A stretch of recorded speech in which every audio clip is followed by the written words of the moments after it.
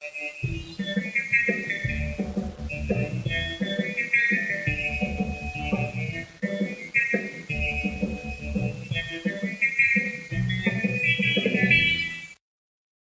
everyone, and welcome. This is Nick Hoffman, your host of Myopia Defend Your Childhood.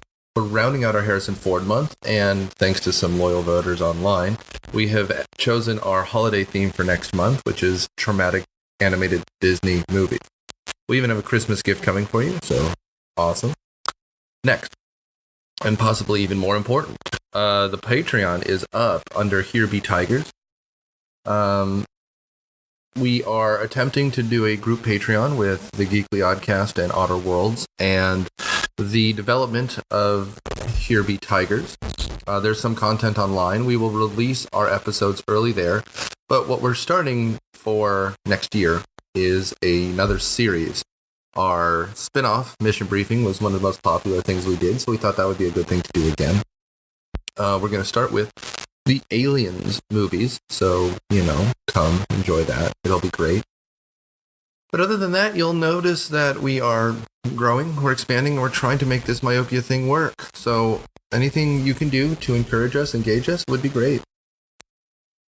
Links to the Here Be Tigers Patreon will be everywhere before you know it. And your support really does mean a lot to us. So thanks.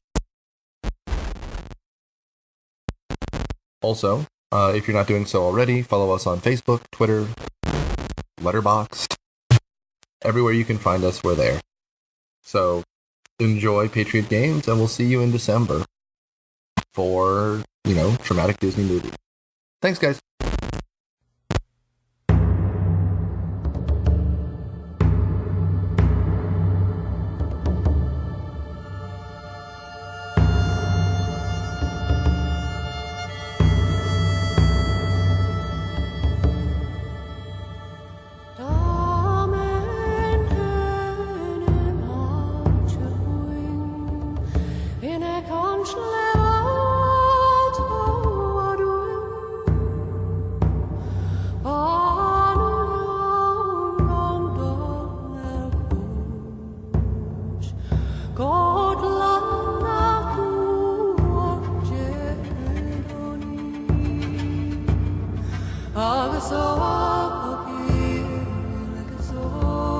Welcome to Myopia Defend Your Childhood. This week we watch Harrison Ford lick the Blarney Stone. I'm Nick Hoffman, host of Myopia Defend Your Childhood, and we've got Matthew W. Quinn, who has a new book out, Little People, Big Guns. Hello, this is Daniel, and watch out, Jack Ryan, he's Irish. Yeah.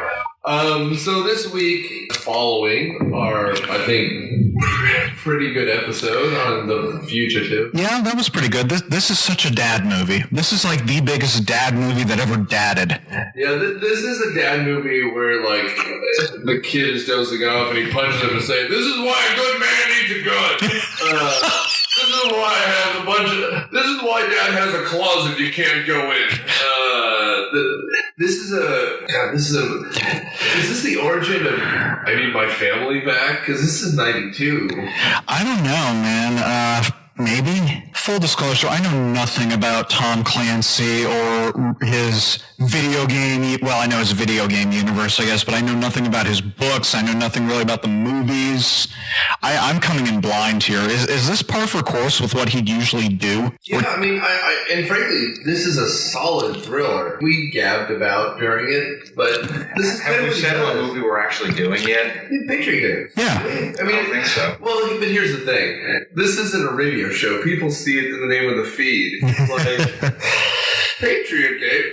Now, to be fair, the people who subscribe to this podcast, the thousands of you out there in TV land, you listen to whatever we do, so thank you. That makes you better than, my family.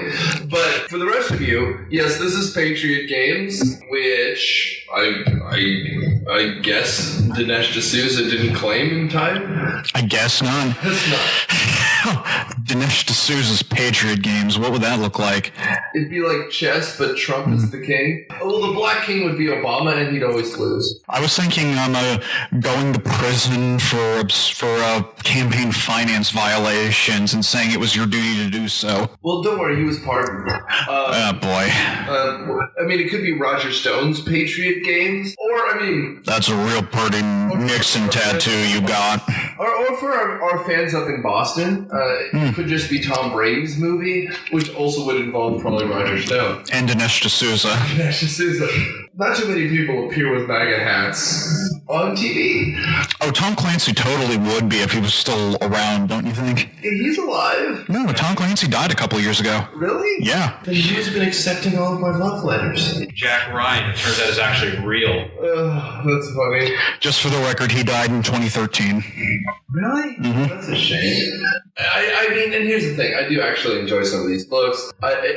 It may have taken me 16 months, but I read Rainbow Six, excuse me. I read Hunt for Red October, which I thought had already been an episode, but apparently it hasn't. I only read the first chapter of Hunt for Red October, and the only thing I remember is how the Soviet captain of the submarine was all pissed off because the Soviet Union banned religion, so he couldn't properly grieve for his wife. I mean, that's fair. Yeah, I think also his wife died during surgery because the doctor was incompetent, but was a party member. That wouldn't surprise me. Did you read that one? At least part of it. Because remember the line, the state had to pay. I mean, it's a good line.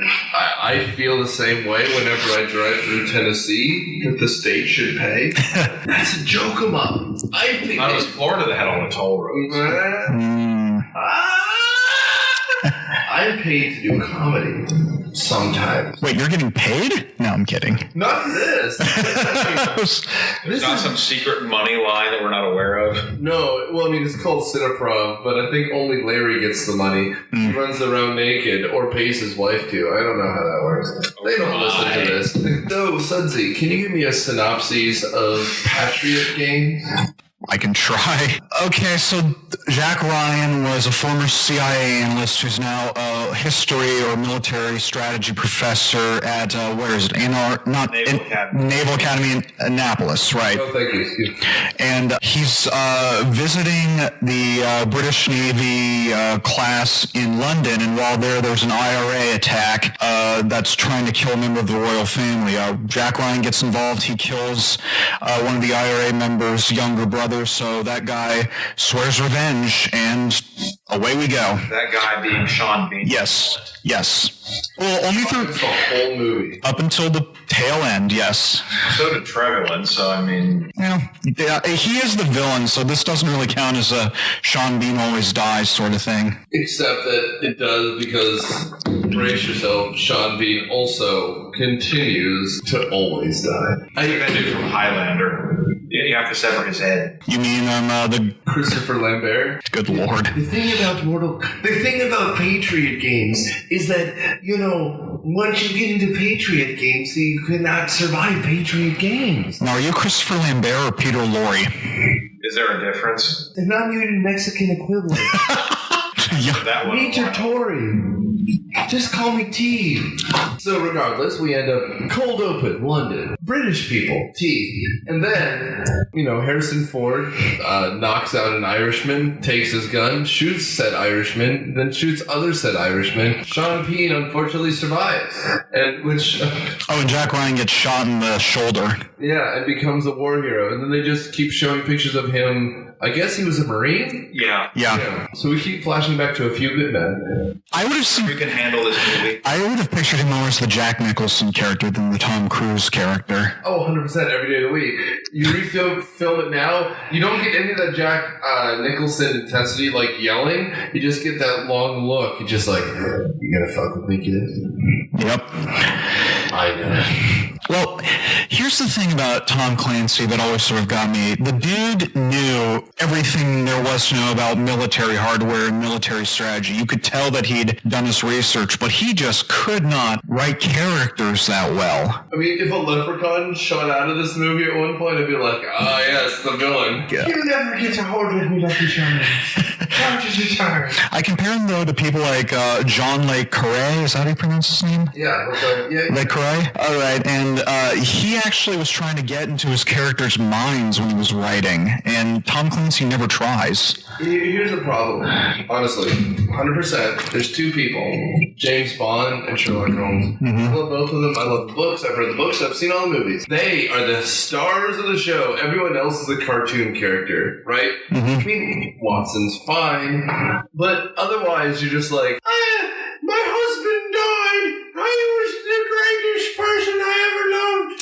Here are these cufflinks of his that I wear that have blood on them for no reason. Now, I think you might have killed your husband. No! I mean, but like that's how the game they always are, because these man types wrote ideal man characters, and so no one else matters except for the men. I mean, the daughter's adorable, the wife is attractive, but all she does is show how awesome Jack Ryan is as a husband. She wears lingerie at one point, and then she's a mother the entire rest of the time. She does operate on somebody's eyeball for a bit. Kinda, but it matters to nothing. She's competent. That's it. She doesn't help him solve the crime in any way. Yeah, that's... And then even going further, Sean Bean isn't really a good villain. I mean, he's got one motivation, which is avenging his brother's death, but we never really learn, like, why he joined the IRA in the first place. There's a reference to his dad being killed by the Ulster cops, the Royal Ulster Constabulary. You're right. Why does that matter to killing Jack Ryan? Because he asked why did he join the IRA, so it could be revenge for his dad who got killed, probably taking revenge for someone else, and around and around and around it goes. Well, I mean, okay, that's fair. Why? But that then breaks his character, doesn't it? No. I think... No, so Matt, then why give up his love for the IRA just to kill Jack Ryan? Because that's the entire third act. Well, because they're not in conflict until the very end when he shoots the other two to chase after Jack Ryan. Well, but that's what I'm saying. That's the third act. So why ruin the entire mission to just go after Jack Ryan if the reason you joined the IRA is to avenge your family? I really don't see the contradiction here, especially since he's been getting crazier and crazier before that, like shooting the book dealer. So at that point, he was going off script already. This just culminates in it. Then that's the argument. Like, I think the movie needs to lean into that. Right. Because I don't disagree with what you're saying. I just don't think the movie makes the argument fully, because they still follow him. Like, I wish there was more of a tension. Like, maybe you shouldn't be on this mission. You keep wanting to call him Jim Beam. What's the character's actual name? Does anyone catch it? Sean Miller. So it's Sean Bean and Sean Miller? Yes. Okay. So Sean, why don't you help us on this mission? I know you're crazy about this Jack guy, but you should help us. Good old Jim. You should let Jimmy die. But I get it. Why don't you shoot his daughter in the liver? Oh, you hit the spleen. I was wondering what point they're going to shoot him for being a liability. Why not? Well, they kept talking earlier about how he would never, ever, ever talk, so he was probably able to get away with causing drama for so long because it was just that valuable to them. I mean, I will say the problem with this is the same with a lot of these guys. I love Robert Ludlum. A lot of Robert Ludlum. But the same thing with Jason Bourne. Like, these men are magical. They're superheroes, and they're all just white dudes that have powers. Like, I mean, I'm gonna get hate because people are assholes, but the woman was the bad guy that they were tracking down. Kinda. She has 6 lines. Okay, what about that scene that's halfway through the film when they're looking at that satellite image of the training camp? Yes, the training camp, and then they zoom in on the woman, and Harrison Ford just gets all excited and says, "Tits." Apparently she's actually English, not Irish, so that could be an interesting backstory. That could be an interesting backstory, but that was just such a weird scene for a Jason Bourne sort of character. Well, I mean, and then B, I mean, yes, you're... Well, okay, fine, I'll give her credit. C, it's a poop joke. There should be something here about her characteristics at all. If she is English, why did it matter that she joined up with the IRA? We don't get any of that. Nope. Now, the problem is, at this point, we have Harrison Ford in a lot of shit where they just let him drive the car. And he deserves to drive the car. He's great. But they keep cutting away shit that doesn't really matter. That they don't bother to explain. We tried to talk about that scene when he's back in the CIA because James Earl Jones ropes him back in. Just when I thought I was out, they pull me back in. Different movie, sorry. Anyway. No. Is it? Well, yeah, okay, yeah, it is. I mean, I don't even know what you're alluding to, but yes. Godfather 3. Okay. That scene when he's back at the CIA and there's like all those quick flashes between the accident and seeing that red hair woman. Yeah, basically. I'd forgotten what you called it, but yeah. Guys, Soze! Okay, so to explain the scene, Jack Ryan is in some CIA blank room. It's not Langley, it's like their annex. It's like when a school overflows and they have a modular unit outside. But he's on the cusp of something he doesn't know, and then he goes, I have to take a shit to the people he's talking to or whatever.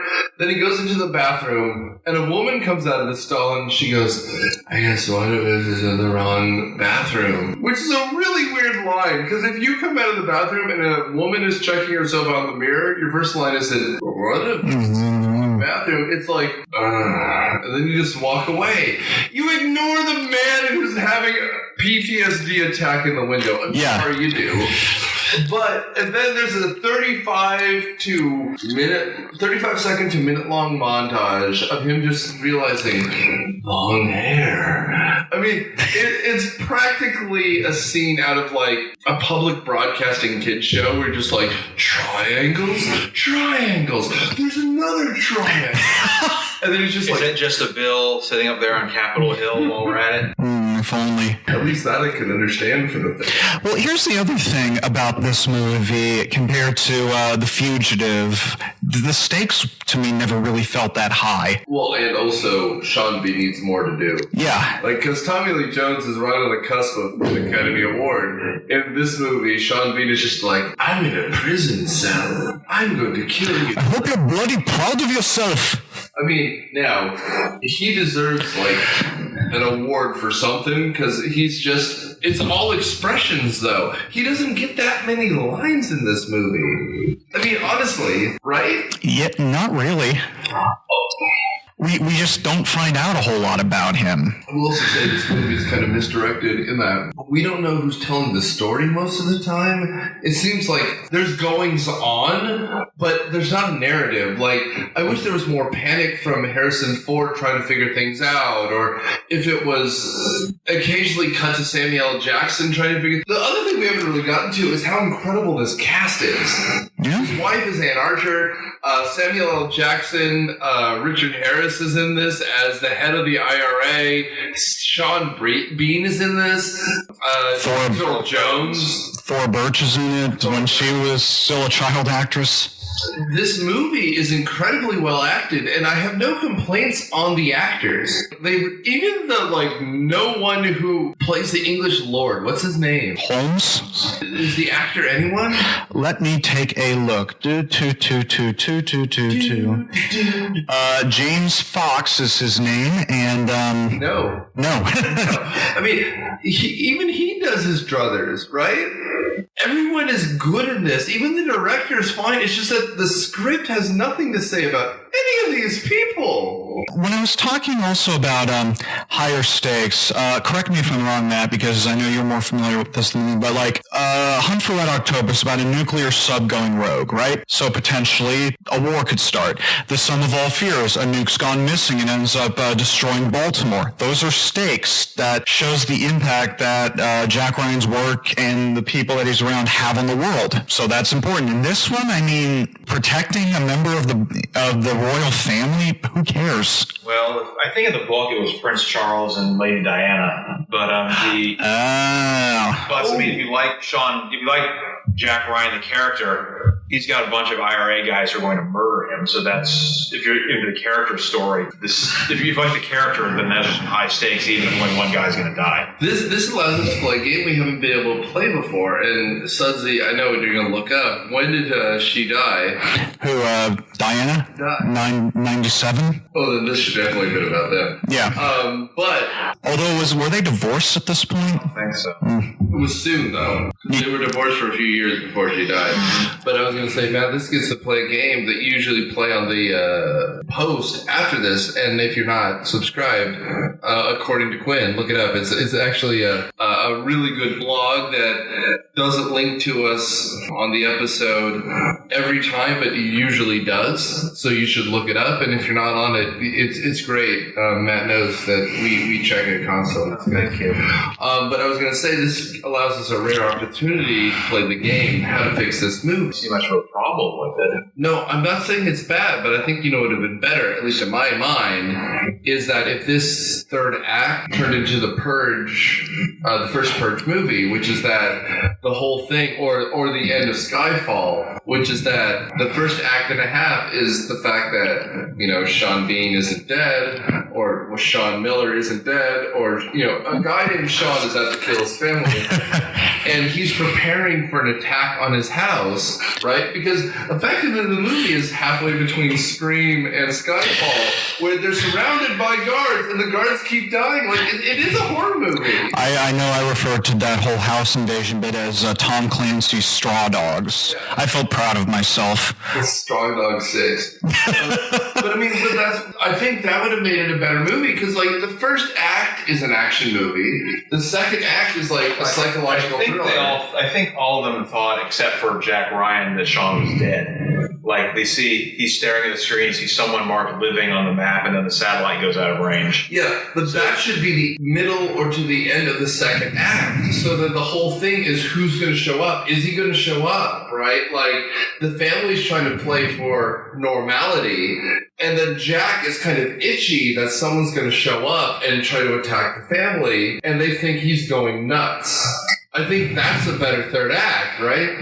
Yeah. Right? That people, at least in my head, that he's I can't do a Harrison Ford. Can you do a Harrison Ford? No.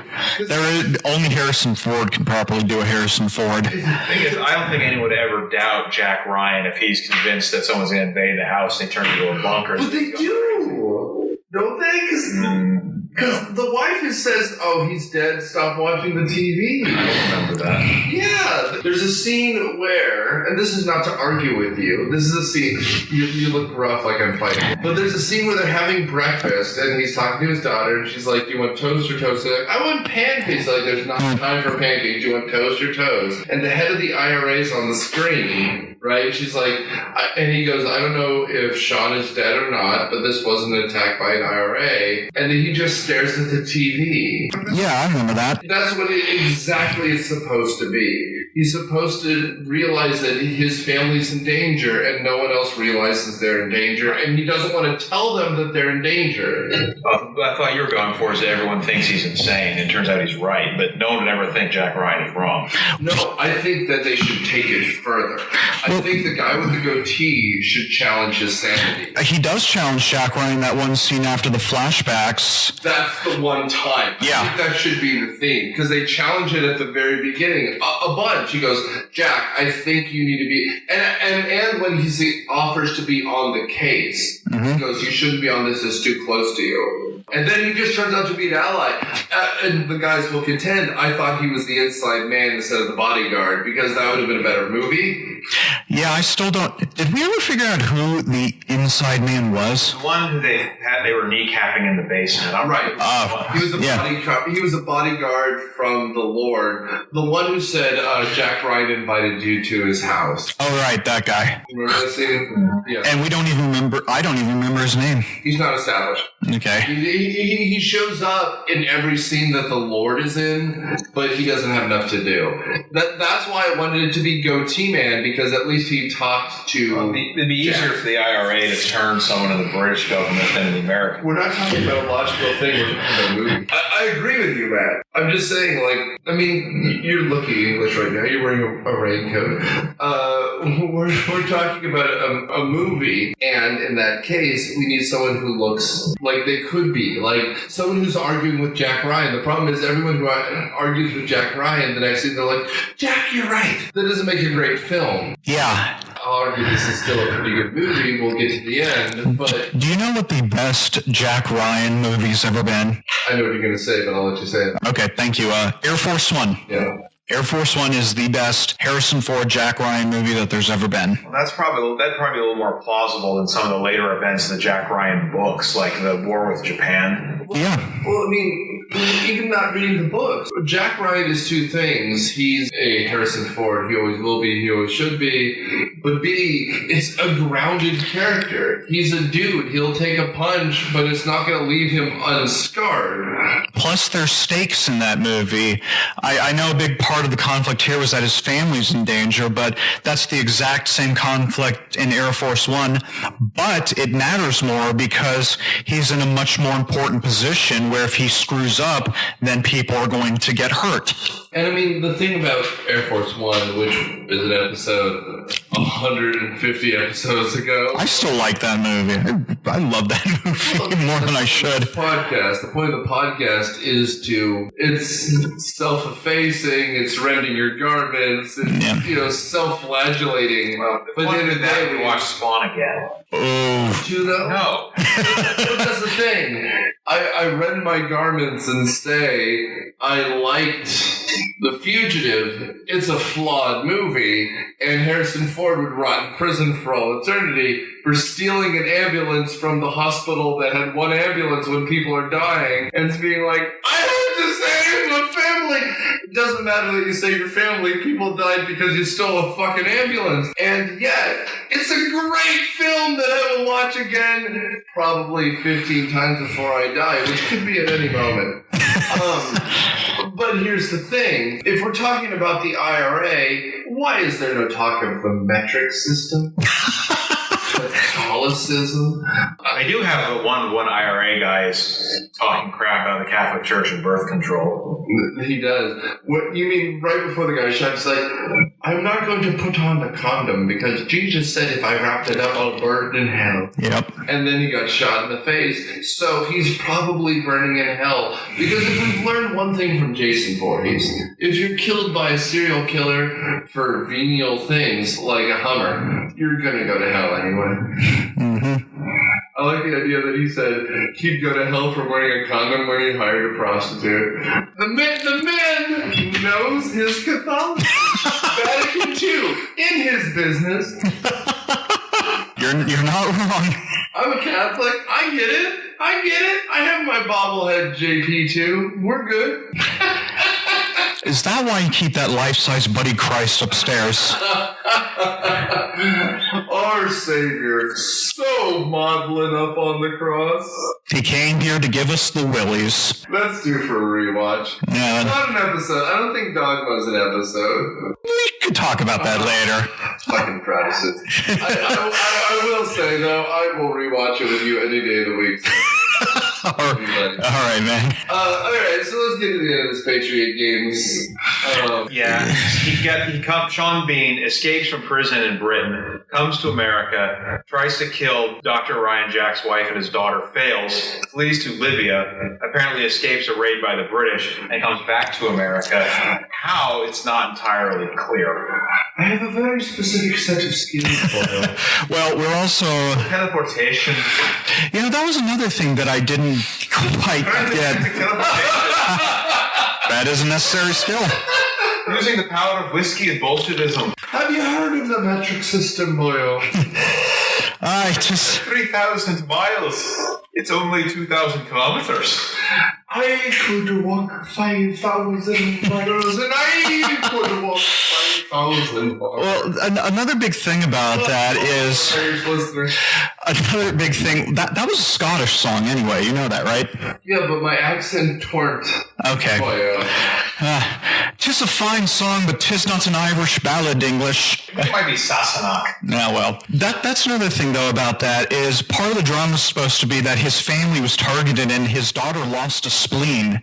And then Miller then has the just utter nastiness to call him. Yeah, and say, going to have trouble fighting infection, is she, or whatever the line was there. But that should be the big emotional heart. But the wife gets over it like that, and then the daughter, it's kind of just forgotten about. Well, and the problem is, if this was you're going to correct me right now, Carpenter movie, that's the Drew Barrymore scene at the beginning of Scream. Oh, Wes Craven, you mean? Excuse me. What's your favorite organ removal?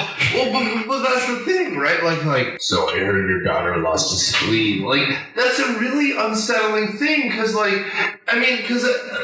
the scene is essentially Jack Ryan drinking a whiskey at the end of the long day, because, right, he has he's piling through research, he's trying to track these people down, he has a drink, and the drink is mostly empty, which is film shorthand for the fact that he's been up all night and he's paranoid. Yeah. Right?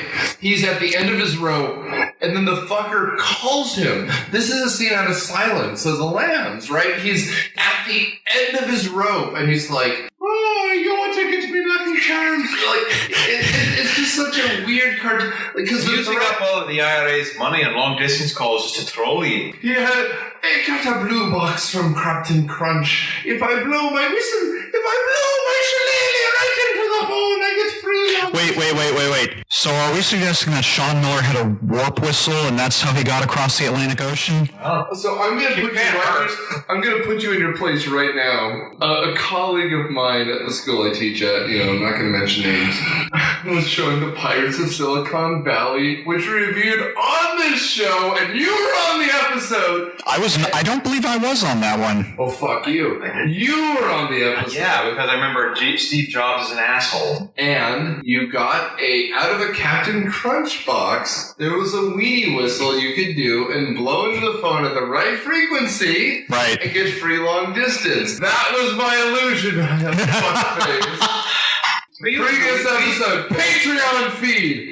Here be tigers. We used the weenie whistle from the Captain Crunch box to mess with the evil American imperialists. Yeah, I think I lost the Irish there for a second. It was good. It's biggest and then until you said American imperialists, I don't think the IRA was really focused on that too much. He's all about the fucking crown, you mugger. Mm-hmm. Yes, but we got to say something that the Soviets would like to get the missiles, Again, that wasn't the provisional IRA, which is the one that was going out committing the terrorist attacks. This takes place before the Good Friday. Of course, they were all doing terrorist attacks.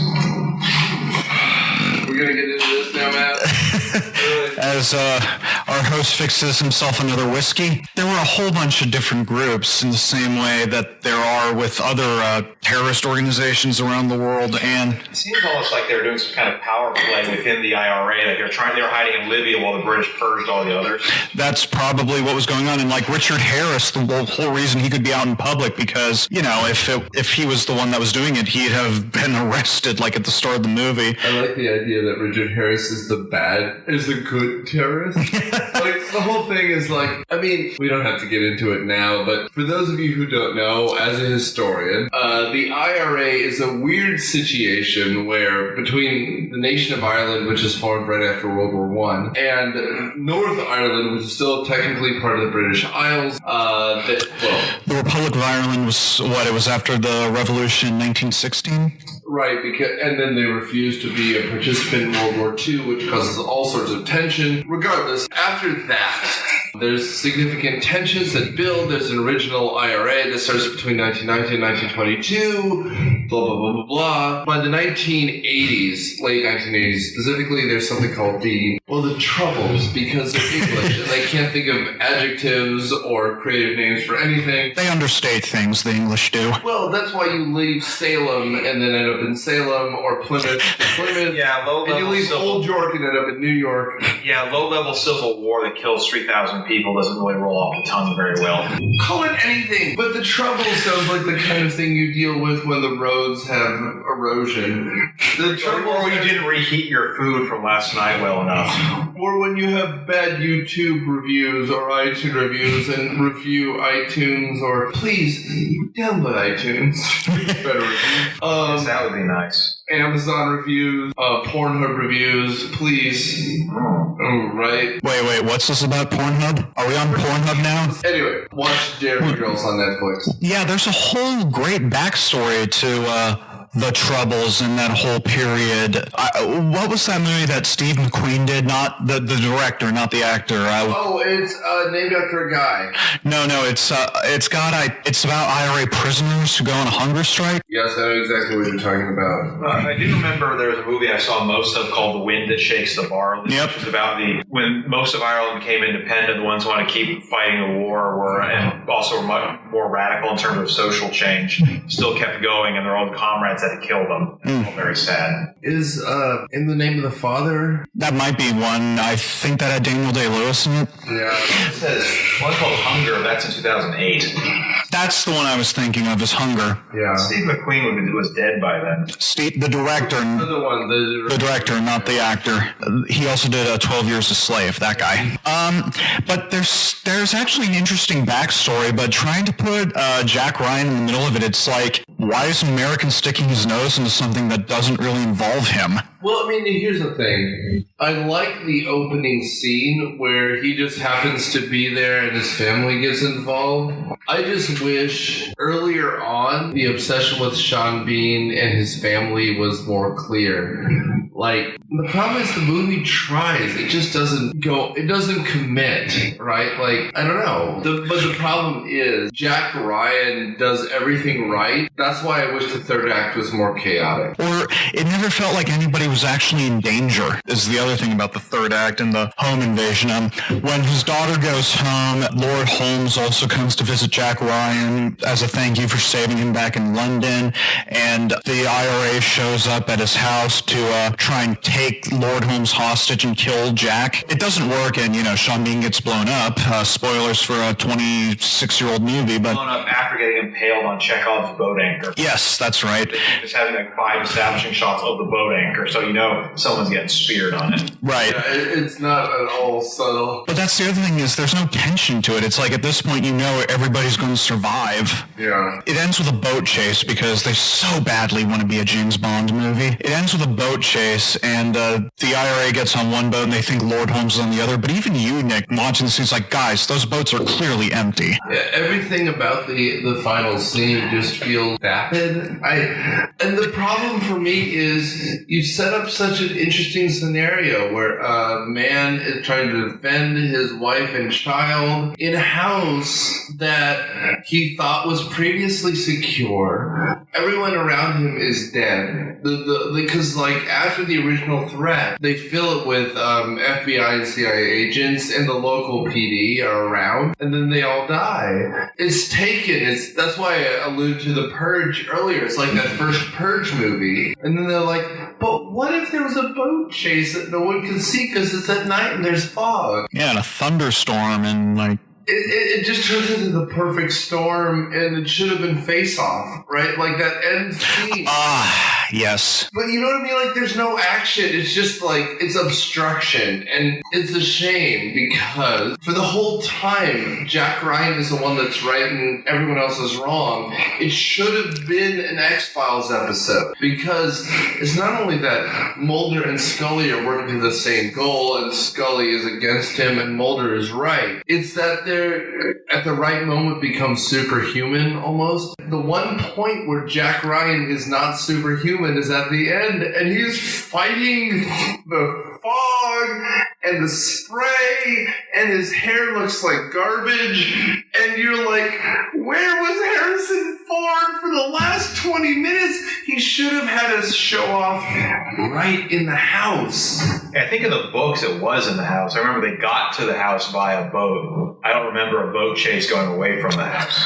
But that's the better scene. It should have ended like Skyfall. That's a movie. And, I mean, frankly, of course, this did well because they had... Well, at the time, Tom Clancy, he used to be huge, and that's why he still gets his name slapped on video games to this very day. I mean, he was the... I mean, also, ironically, he was the Stephen King of the time, but he was Stephen King at the time. Well, I mean, he was one of those airport writers, so it was like him and John Grisham and just the people that they had like 10 copies of his books at every single airport in the U.S.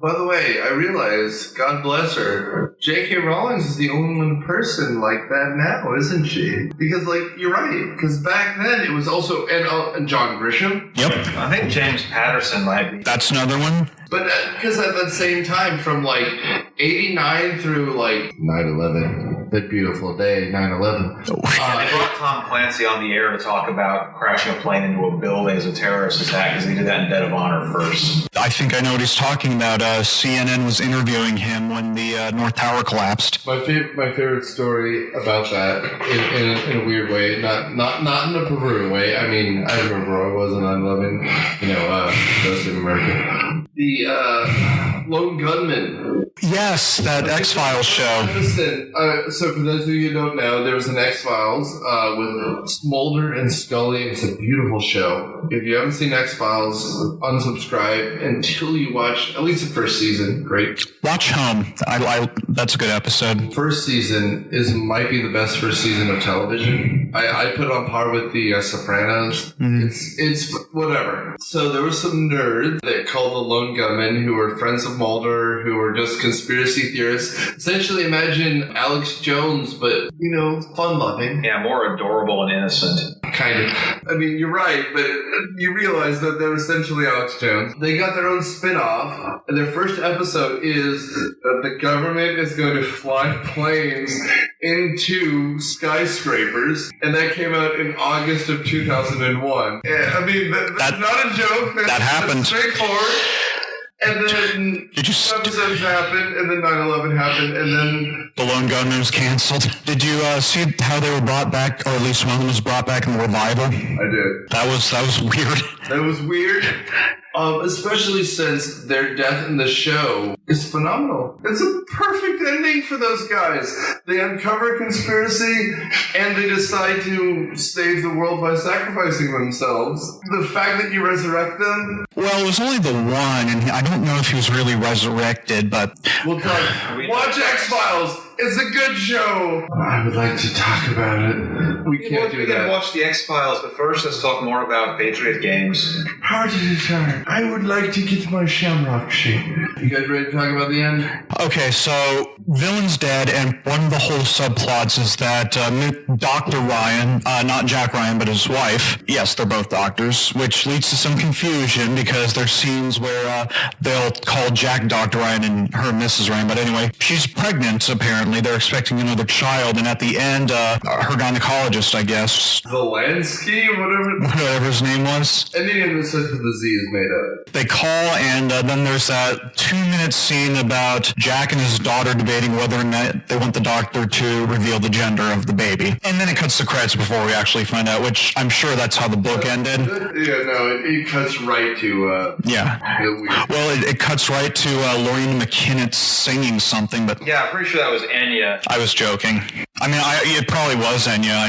Lorena McKinnon was the first new age person I could think of. Credits was a different song than one of the IRA guys sitting in his apartment watching movies and listening to Enya when some dudes show up at his house to kill him. I do like the idea, based on your pitch, of an Irish guy having an MST3K, but it's Enya. Will it be a good move? I get what they were kind of going for with the emotion of that scene, because, except though they already said that the baby was okay after the car crash, right? So there was no tension there whatsoever. And I liked that they were trying to do a nice little family moment, but it just kind of dragged. There's a callback earlier in the movie where they're talking about whether she wanted to have a brother or sister. I know, I understand. It'd be great if you go full on horror in the third act, and the daughter goes, "If it's a boy, I'd like to call it Sean." And it's like, and then it just cuts to credits. Anyway, it cuts cuts to credits after the wife says thank you and hangs up the phone. Now, although, how did the books go, man? I don't even remember. I just know that much in the books is made of how Catholic they are, and they have a lot of kids. Wait a minute. A Catholic in the White House eventually? No, surely not. Well, I mean, the problem is that it takes 4 books for him to be assassinated. Then. Right. He takes 2 for the team. I really do think there's room for improvement if they had the baby was potentially in some danger, or there was some danger of her losing it after the car crash, but I guess they didn't want to do that because it'd be too depressing. Well, the book dealer chick is coming after the mom and daughter. I thought that was the designated cat fight, but it's over in about 2 seconds. And Dr. Ryan's brains with a shotgun. yeah, and then doesn't Sean eventually kill her? Yeah, because she calls him out on how he shoots his like surrogate father. This rare, because he wants to kill Jack Ryan and I capture the board. by the way, this rare book dealer chick is the same woman that was at the initial bombing. She had red hair, and that's what triggered Jack's memories to look for a woman in the Libyan training camp. Well, and I mean, see, it all ties together, people. And she has a very particular set of skills, like all Irish people do. My skills, these are skills that are on prominent display in satellite imagery. Yeah, right. That is literally the line. I am never getting over that. You said it subtly, but I'm going to always think of it like a shock jock. So you say you have germs. Like, regardless, I mean, we've talked about this long enough. I think we should get to our summation here, our final judgments. Matt, what do you think? I think it's a pretty good movie. Y'all should go see it. I'm actually going to take the stance that Nat took with The Fugitive. I thought it was kind of boring. I mean, it was just plodding along quite a bit. I'm not really a big Tom Clancy fan. I know he did his research, and I know he was a smart guy when it came to his subject matter, but I just never really found him that engaging, and this movie really doesn't change my mind. I just feel like there weren't any real stakes involved for any of the characters, and it just kind of, compared to The Fugitive, it just took me out of the movie. You guys split me this time. I think I'm between the two of you. I agree with Matt. I think it's a movie you should see. It's sub 2 hours. I think it's an hour 46 or 47. It's a little under 2 hours, like an hour 56, I think. I think it's fine. I think it's good. I think it's relatively tight, but I don't disagree with Daniel. Like, the problem is, when we watch The Fugitive, there's 2 narrators, effectively. There's Tommy Lee Jones and Harrison Ford. In this one, it seems like the director is the only narrator, dragging us along between shots. There's no one character you lock into. Frankly, the problem with me is someone like Samuel Jackson. Jackson is in a scene where we were introduced to him effectively because he gives something called the Purple Bullseye Award, right? Because Jack is shot, but he doesn't die. Well, yeah, you're teaching history, you're not being history. Mm-hmm. Right. He shows up 6 other times. I don't think he has more than 2 more lines in the entire movie, even though he's always there. No one person narrates the story. No one takes us from scene to scene. There's sloppy directing throughout. And yet, I agree with Matt. This is a good movie worth watching because it's not loud, it's tense, it's fast. It's between a lazy Sunday afternoon movie, and then if you can sit down and watch it, you'd rewatch it because it's a good, tight movie. Threats to his family are real. I just wish they were more intense. It's like a B- C+ movie that you want to watch to fix it, you'll rewatch it. If you're a 50-year-old man who is looking to kill a couple hours on a Sunday afternoon, I think you'll really enjoy this. Or if you're a 34-year-old like I am, it'll help you with your nap, and then you could watch it the next Sunday when you can also take a nap and just watch the other part of it. Thanks for watching, guys. Before I give my closing, I'll tell you how next month is going to work. Sudsy, Matt, me, and Steve-O are going to give you 4 options. We've decided that December is going to be a family-friendly month, but we each have different interpretations of what that means. We're not going to make it a Christmassy month, which we've done in the past. We're going to make it family movies. Could it be a musical? Could it be an adorable kid actor that we lived with and stomached for way longer? Could it be dramatic, but in that Nickelodeon way? Who knows? It's up to you guys. Check Twitter, Facebook. Also, if you haven't been, listen to Geekly Oddcast, Otter Worlds, and Here Be Tigers, our new spin-off podcast group that we're working on. And also, I love you. But finally, we're trying to make this more aimed at you. We left our old podcasting partners. So if you listen to our old podcasting partners, you should. They make good stuff. We left for reasons that were completely different, and we want to support Mike and Mike and Mike and Mike and the third Mike. Call him M cubed. Right. Danny Boy, Matt, and I decided we should leave for other reasons, but we're with Thomas and David and Jared and other podcasts who are coming to us now. So listen up, support us, support everyone, because podcasting is hard. We do it for free, and we want you guys to be a part of it. So follow us on Twitter. Both Daniel and I have a letterbox. Mm-hmm. I'm on Facebook. You're on Facebook. We're all on Facebook. Follow us on Facebook.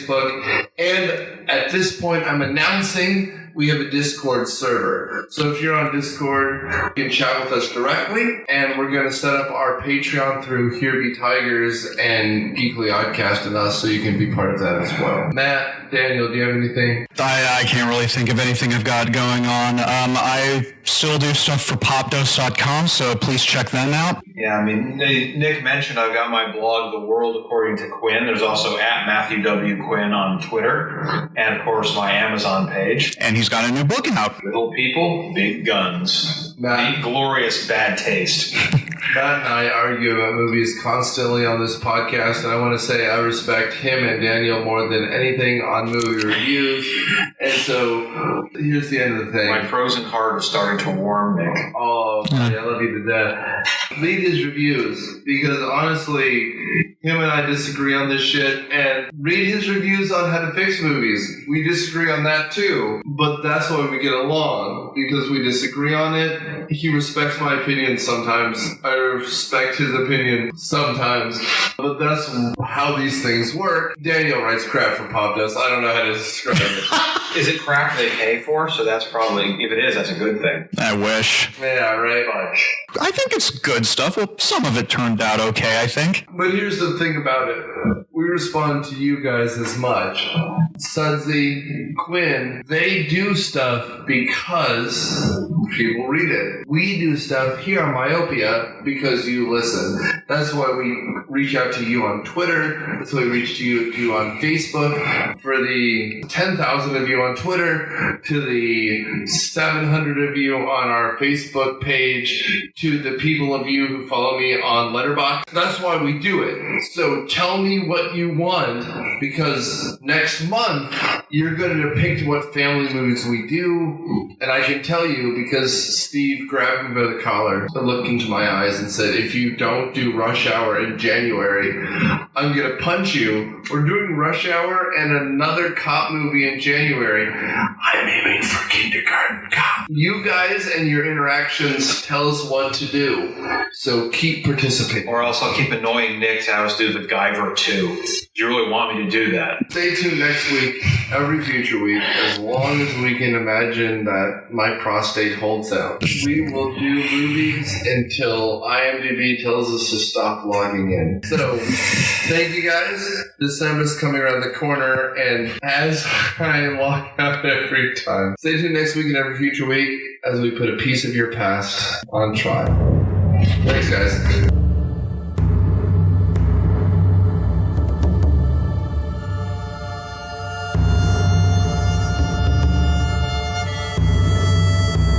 Myopia Defend Your Childhood is a product of Dude Letter Podcasting. It is hosted by Nick Hoffman, produced by Nick Hoffman, Daniel Suddas, and Matthew Quinn, and edited by Daniel Suddas. Our theme song is Surf Shimmy by Kevin MacLeod from Incomptech.com, licensed under Creative Commons license by Attribution 3.0 license.